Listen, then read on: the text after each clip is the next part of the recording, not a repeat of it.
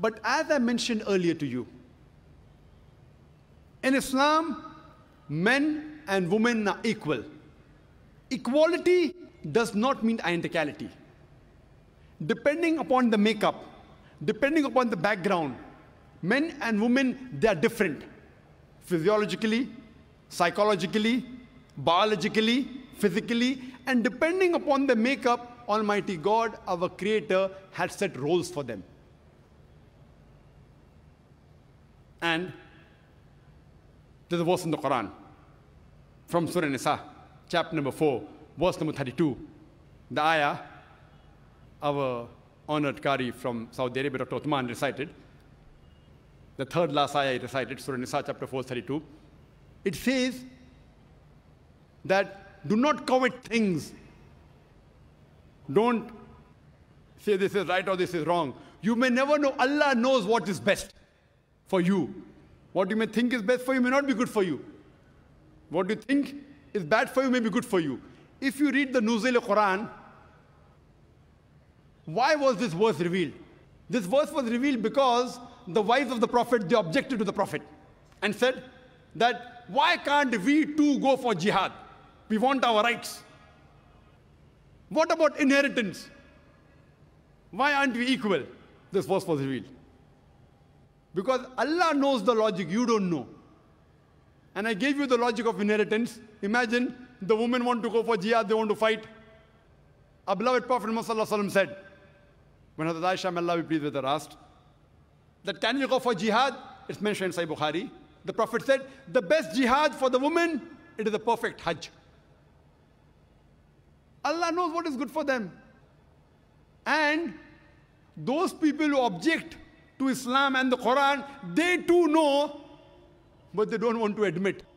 This Western world, this Western media, which are pointing fingers to Islam, I'm asking this media, the Western world, they too, if they say that Islam subjugates the women, they are bigger subjugators. I ask a simple question. That when you have sports, why do you have men and women taking part separately? In Olympics, for the 100 meters dash, why don't the men and women run together? Why? Why separate for men and separate for women? Why? When you have swimming, freestyle swimming, why men and women are separate? Why? They should have together. You know, when you have lawn tennis and badminton, men's badminton, women's badminton. Why? You know, you have mixed double. Mixed double means one man, one woman. Means one is superior, one is inferior. Mixed double? Why don't you have two men and two women against each other? You have one man, one woman in one team, other team, one man, one woman. Why don't you have two men in one team and two women in the other team if they're equal? Because the Western world knows that physically men and women are different.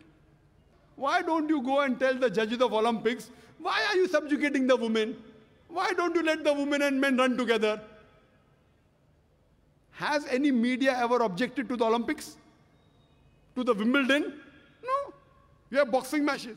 Have men and women together against each other. Why not? See, when you appear for your examination, standard 10, men and women sit together. When you appear for graduation, men and women appear because they know, fine, where studies are concerned, men and women are equal. But where physical thing is concerned, they're different. You know, you have beauty contest. In beauty contest, you have female separate and male separate. Do you have together? Do you have any beauty contest we have seen the men and women taking part together? Have you seen any? Why?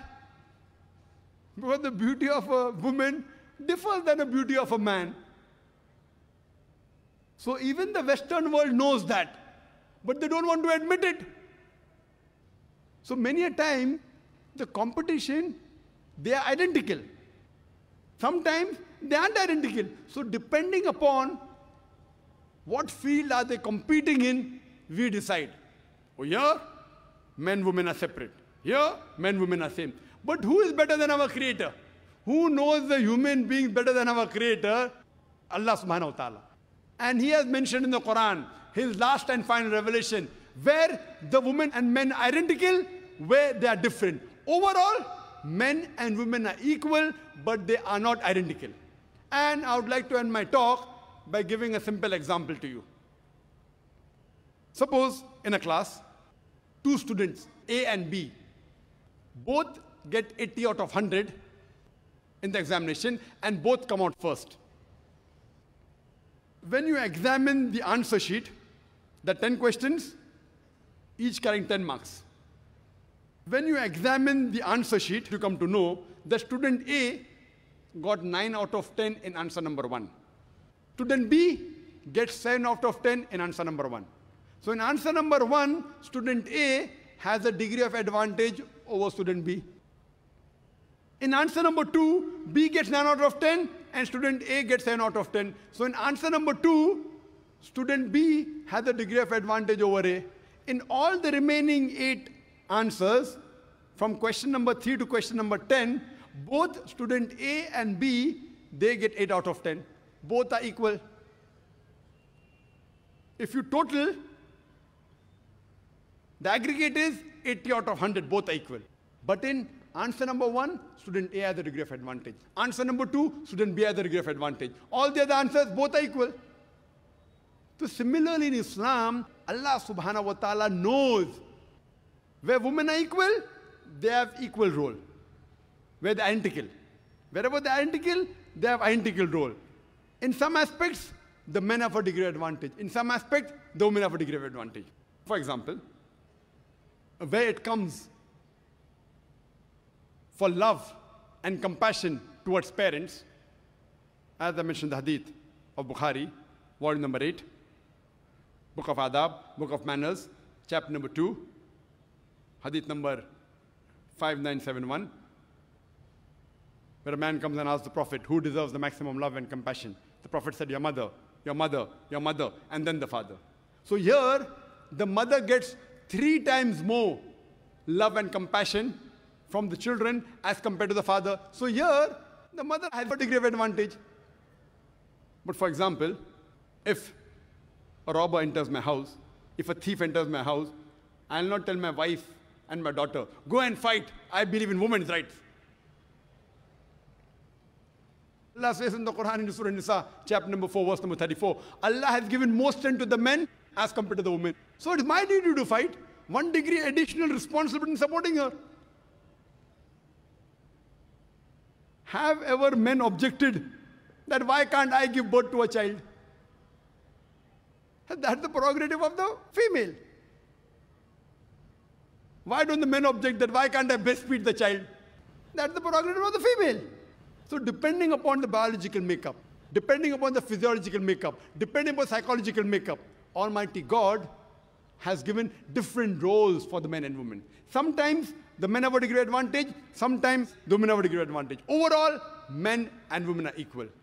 That's the reason.